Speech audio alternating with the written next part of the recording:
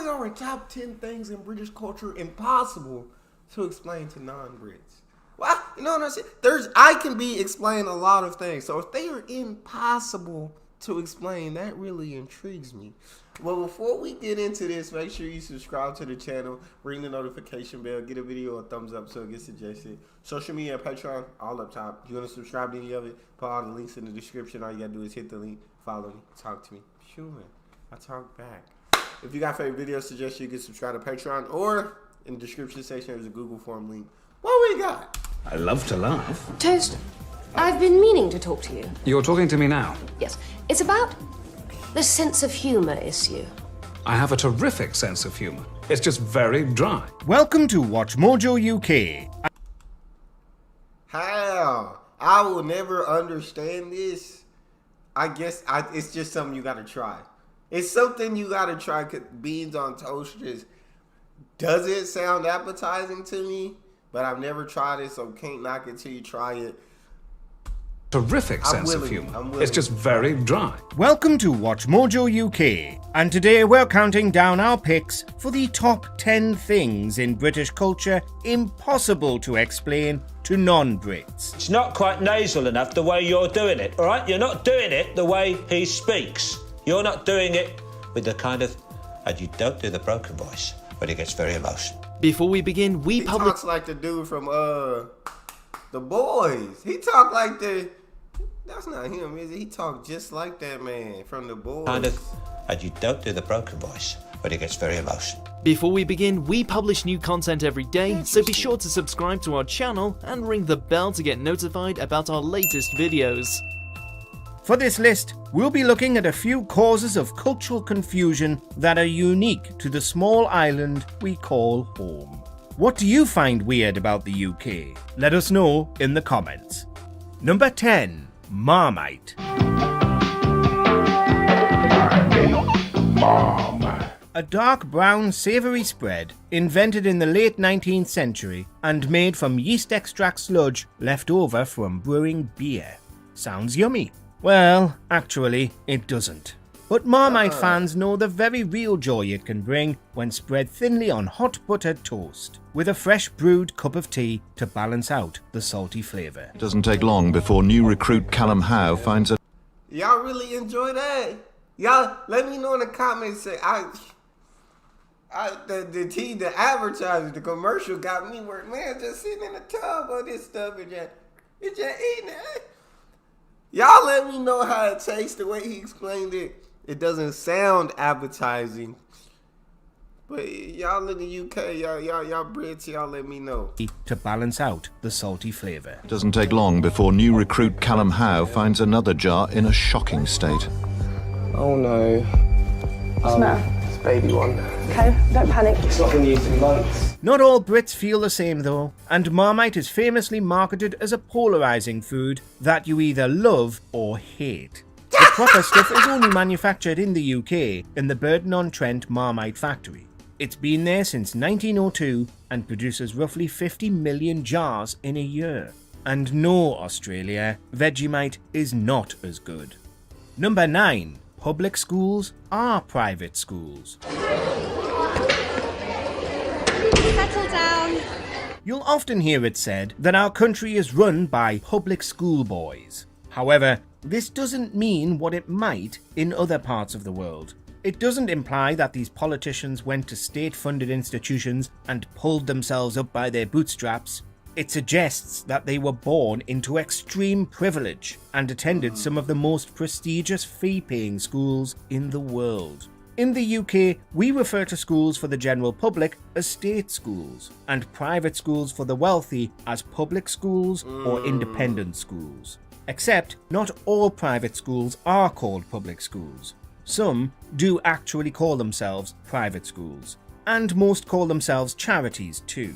Registered charities. Confused yet? No more than yes, bro. My head. So public schools, I guess what we consider public schools are called state schools. Private schools are called public schools, but not all private schools are called public schools. There's some private schools that are called private schools, but there's also another group of schools that are called charities, that registered charities, and so much. It's so much to take in. Charities too. Registered charities. Confused yet? No more than you should be. Number 8. Insults are our love language. Oh, make me a Brit. Make me a Brit right now, because insulting you, when I insult you, like, that's how you know that I'm close with you, like, that I'm comfortable with you. I'm comfortable enough to insult you and to know that you're only going to take it as a joke. If we're not close, then I'm not going to insult you because I don't know your personality yet. I don't know how you're going to take it. But once we get close, the insults start rolling. And the more I insult you, that's like the closer that we are. Yeah. So I'll feel this one. Number 8. Insults are our love language. Terms of affection and endearment are different the world over. In the UK, you know that someone feels comfortable around you if they insult you to your face. Or they might just be rude. They're not jokes as such, they're just little things to say. Yeah, it's probably fine in the hands of taxi drivers, or cockneys, or even Geordies. When you've lived here long enough, you'll learn to tell the difference. Sarcasm may be the lowest form of wit, but it's also a great tool for masking social awkwardness. It stops conversations becoming too serious, and fends off the Brits' greatest fear, earnestness. We spend so much time being generally polite, no one wants to put that wall up around their own friends and family. You know what you are? Facts. You're a big bag of shit! It doesn't mean we love each other any less, but where's the fun in life without some friendly teasing? Deadpan delivery required, of course. Number 7. Town names and their pronunciation. British place names are famously difficult for tourists to get their head around. Even native-born Brits will get tripped up at some point. The English language has a checkered history. You can blame most of the confusion... Oh no, this is funny. But I'm interested to hear if they're pronounced the way I'm pronouncing them in my head, or if they're pronounced differently than what I'm thinking about. Because these words would never go into town names here.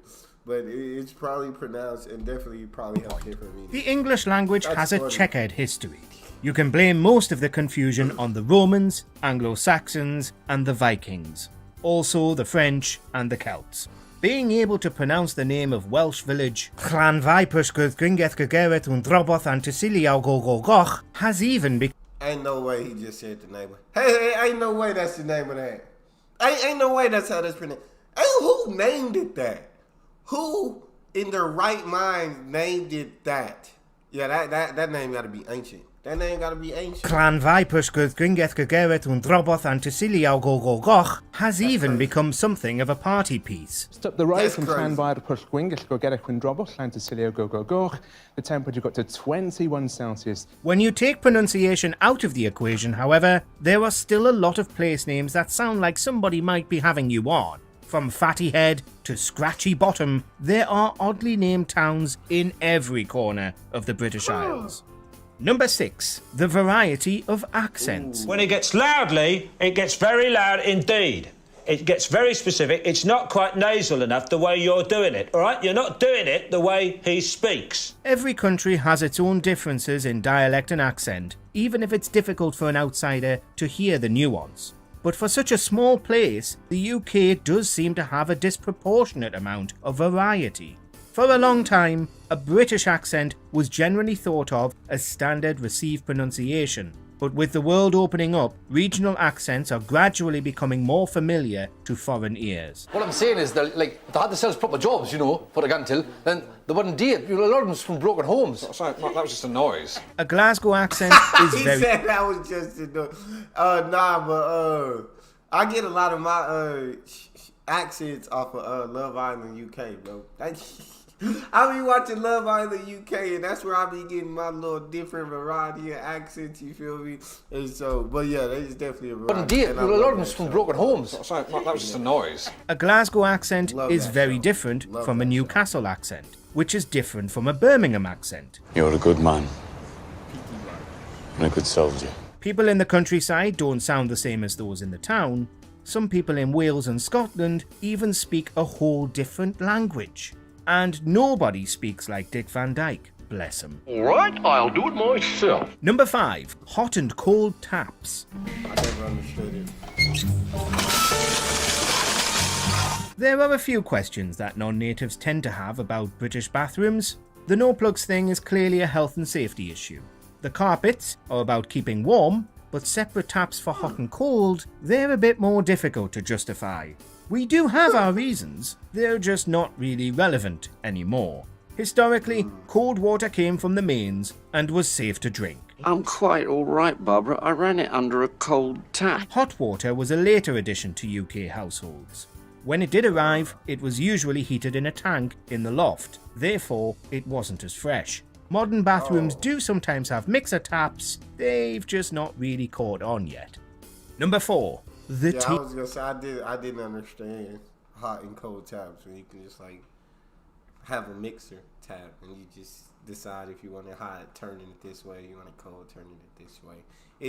But it was from before. It was from before, so I can't blame The taps, they've just not really caught on yet. It's not a modern. Number 4. The tea obsession.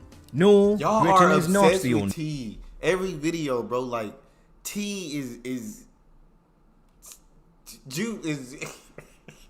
tea comes from the heavens. Like, no, it's the nectar of the gods for y'all. Like, tea, I do not like tea. I don't like tea. It's not good to me. Number 4. I don't like hot the drinks, tea though. obsession. No, Britain is not the only country to enjoy a nice cup of tea. Do you know, I can't remember the last time I had a good cup of chai. But we are quite singular in the way we take it. It's possibly only the Irish who also understand this one. For the real tea drinker, you must understand this is not just a casual beverage. It is usually an addiction, begun in late childhood.